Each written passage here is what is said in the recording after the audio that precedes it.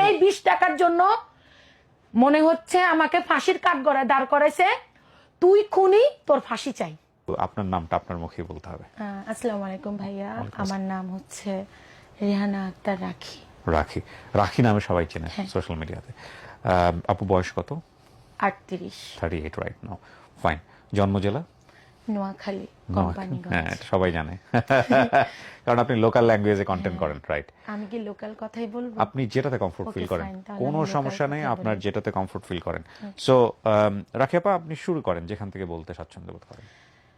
আহ, আমি আমি আসলে আজকে অনেক কথা বলার জন্য আপনার কাছে আইছি। আমার কাছে মনে হয়েছে আমি অনেককে বলতে পারি না। আমি যতবার আপনার দিকে তাকাচ্ছি এখন ইমোশনাল হয়ে যাচ্ছি।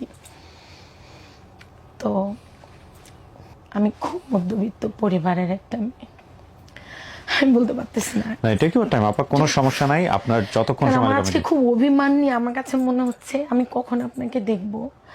আমি খুব অভিমান নিয়ে আসছি। আমার কাছে মনে হচ্ছে মানুষ আমাকে কাঠ গড়ায় দাঁড় করাইছে, আমি ফাঁসির আসামি, সবাই আমার ফাঁসি চায়। আমার এমন মনে হয়েছে আমি কত করে আপনাকে দেখবো, আমি খালি মানে ঠিক আছে, আমরা তো মানুষ নিয়েই কাজ করি, ওরা হয়তো বুঝতে পারবে বিষয়টা, আমরা একটু জানার চেষ্টা করি।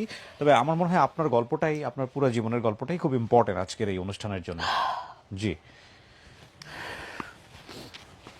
মধ্যবিত্ত পরিবারে আপনার জন্ম বলছিলেন, খুবই মধ্যবিত্ত। বাবা কি করতেন? আমার বাবা সৌদি আরব থাকতো। আচ্ছা। আমার যখন জন্ম হয় আমার বাবা আমার জন্মের 17 দিনের মাথায় সৌদি আরব চলে যায়।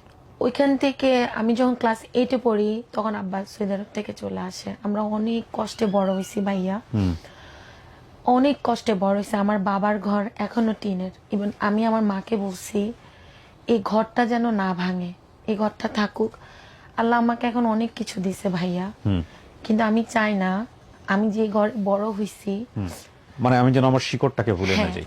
আব্বা যখন বাংলাদেশে চলে আসে, আপনি তো বুঝেন আমার কোনো বড় ভাই নাই। আমি প্রচুর স্কুলে ভাইয়া নবীন বরণ স্কুলে অনেক অনেক গিফট পাইতাম, যেহেতু আমি গান গাইতাম, অভিনয় করতাম। তো আমাদের সংসারের হালটা ধরাটা আসলে অনেক কঠিন ছিল। 2008-এ আমার মিডিয়াতে আসা NTV super hero super heroine দি। আগে যখন গ্রামে আসিলাম, ধরেন আমগো তো গৃহস্থলা বাড়ি, ধরেন তেলটা কিনা লাগতো, চালটা বাবার ক্ষেতের, মাছটা বাবার পুকুরের। আমাদের অনেকগুলো গরু ছিল ভাইয়া, তো অনেক ধান হইতো না, তো ধান বিক্রি করে আমাদের সংসার চলতো। অনেক কষ্ট করছি ভাইয়া। তো 8-এ অডিশন দেওয়ার পরে এনটিভি সুপার হিরো সুপার হিরোইনে আমি টপ 30-তে থাকি। ওইখান থেকে যখন আউট হয়ে যায়, এই শুরু হয়েছে আমার স্ট্রাগল জীবন। কি কেন বলতেছেন স্ট্রাগল? আমার সবসময় একটা ধারণা ছিল কি অভিনয় করলে আমার সংসারটা অনেক সুন্দরভাবে চলবে। ওকে। হিয়ার হরে তো ঢাকায় আসা, ঢাকায় আসার পর আসলে যতটা সোজা মনে করছি ভাইয়া যে অভিনয় করা এত সোজা না। তখন এই ডিরেক্টরের কাছে যাও, ওই ডিরেক্টরের কাছে যাও, ওই ডিরেক্টরের কাছে যাও, এরকম খালি ডিরেক্টরের কাছে যাইতে থাকি, কিন্তু অভিনয় ভাইয়া কেউ লয় না। যে স্বপ্ন দেখি আমি আসলে ঢাকা শহরে আসছি যে অভিনয় করি, বাবা মার সংসার চালামো, এই ডিরেক্টরে কাজের মেয়ে চরিত্রের জন্য ডাকে, ওই ডিরেক্টরে 2টা সিন আছে করি দাও ডাকে। আমি করছি ভাইয়া, আমি সব ধরনের ক্যারেক্টার করছি শুধুমাত্র পেটের দায়ে, শুধুমাত্র আমার মা বাবাকে ভালো রাখার জন্য। আমাকে অনেকে বলে যে কাজের মেয়ে চরিত্র করছে, তাতে আমার কোনো কষ্ট লাগে না ভাইয়া, কারণ আমার এই কষ্টের টাকা দিয়ে আমি আমার মা বাবাকে খাওয়াইছি।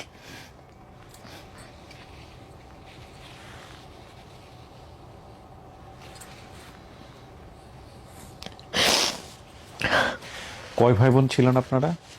আমরা 3 বোন 1 ভাই। 3 বোন, এক ভাই। সবার ছোট? ছোট, সবার ছোট। যেদিন শুটিং থাকতো না, এই ডিরেক্টরকে ফোন দিতাম, এই ডিরেক্টরকে ফোন দিতাম যে ভাইয়া যে কোনো ক্যারেক্টার হোক আমাকে একটা ক্যারেক্টারে নেন, কারণ বাসা ভাড়া দিতে হবে। বাবা খুব অসুস্থ, এর মধ্যে বাবা প্যারালাইসিস হয়ে গেছে, আমার আম্মা আমি। পরবর্তীতে তো এভাবে আমার চলতেছিল। কষ্ট কষ্ট কষ্ট, অনেক কষ্ট। কারণ আমি তো সুন্দর না ভাইয়া, কারণ মিডিয়াতে সুন্দর মানুষের অনেক দাম থাকে, আমি তো সুন্দর না, যার কারণে কখন আমি নায়িকা হওয়া আশাও করি নাই। আমি চাইছি যে আমি একজন ভালো ক্যারেক্টার আর্টিস্ট হই, কারণ আমি ভাবতাম যে ক্যারেক্টার আর্টিস্ট হলে আমি যতদিন বেঁচে থাকবো ততদিন আমি অভিনয় করে যেতে পারবো। এটা মানে আমার হয়তো বা এটা আমার ভেতরে একটা ধারণা ছিল। এরকম করতে করতে 2013-তে সালাউদ্দিন লাবলু ভাইয়ের নাটকে আমি অডিশন দিই। আমার কপালটা কত খারাপ ভাইয়া শুনেন, অডিশন দি মানে কত ওয়ে খুঁজতেছি যে আমি যদি একটা লাবলু ভাইয়ের নাটকে ঢুকতে পারি, মাহফুজ আহমেদের নাটকে ঢুকতে পারি, তাহলে তো সবাই আমাকে চিনবে, আমি কাজ করতে পারবো। এটা আমার মানে সবসময় ভিতরে কাজ করতো ভাইয়া। তো লাবলু ভাইয়ার নাটকে যখন আমি অডিশন দিই, ভাইয়া আমি সিলেক্ট হই ভাইয়ার নাটকে অডিশন দেওয়ার পরে। ভাইয়ার অডিশন দেওয়ার পরে স্ক্রিপ্ট আমাকে দিল। স্ক্রিপ্ট নিয়ে আমি আসার সময় বনানীর 11তে মলন পার্টি আমারে ধরছে ভাইয়া, ধরে সিএনজির মধ্যে ছিলাম, মলন পার্টি ধরে ওই যে চোখে মলম লাগাই দিছে, ফোন নিয়ে গেছে, তারপরে একটা ব্র্যাক ব্যাংকের একটা কার্ড ছিল ভাইয়া, ব্যাংকে ছিলই হচ্ছে 36,000 টাকা, ওই কার্ডটাও নিয়ে গেছে। মলম পার্টি মলম দিছে যে ধাক্কা মারছে যে আমার বাঁ পাটা ভেঙে যায় ভাইয়া। আর আমি লাবলু ভাইয়ের নাটকটা করতে পারি নাই। 2 মাস 17 দিন আমার পা প্লাস্টার করা ছিল। থাকতেন কই তখন? মোহাম্মদপুরে আমি থাকতাম, হচ্ছে মোহাম্মদপুরে আমার আপুর বাসায়। ওকে।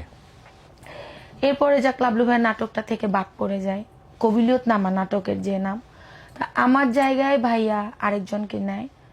আমার এবারও কপাল পুড়ছে যে আরে আমি অ্যাটলিস্ট একটা সিরিয়ালে ঢুকবো, আমার বাসা ভাড়া, আমার সাথে আমার খাওয়া খরচটা উঠে যাবে। তো ভাই আমাকে বলতো যে তোর পায়ের কি অবস্থা, পাটা ঠিক হোক দেখি। তো ওর মধ্যে আমাদেরই একজন, আপনি চিনবেন হয়তো বা, আপুটা মারা গেছে, ওর নাম হচ্ছে লাইলা বা কিছু একটা, উনি মারা গেছে। ওই আপুটা অভিনয় করে। তো অভিনয় করার পরবর্তীতে ওই আপুর অভিনয়টা ভাইয়ের ভালো লাগে নাই, ভাইয়া আবার ওই নাটকটা ভাইয়া আবার শুট করে আমাকে দিয়ে। আচ্ছা, নাটকের নাম কবিলিয়ত নামা। কবিলিয়ত নামা। ওকে। আমার নাটকের নাম কবিলিয়ত নামা। তখন তো ভাইয়া অনলাইন যুগ ছিল না। হুম। এখন যেমন অনলাইন যুগ, কিছু হইলে ভাইরাল হয়ে যায়, কিছু হইলে ট্রোল হয়ে যায়। তখন তো আমরা চ্যানেল আর ডিরেক্টর, অভিনেতা অভিনেত্রী। তো ওই নাটকটা করার পরে আমার কাছে মনে হয়েছিল কি ভাইয়া জানেন, আমার আর পিছনে ফিরে তাকাইতে হবে না, কারণ নাটকটা এত বেশি জনপ্রিয় পাইছিল তখন। আমি ভাবছিলাম আমার আর পিছনে তাকাইতে হবে, ও যে লাউ সে কদু, আবার কষ্ট। তখন পার ডে দিতে হচ্ছে 3,000 টাকা করে। ও, তো এই টাকা তো আসলে 13 সালের কথা, 3,000 টাকা করে। আমার কোয়ার্টিস্টটা আমাকে খুব আদর করতো।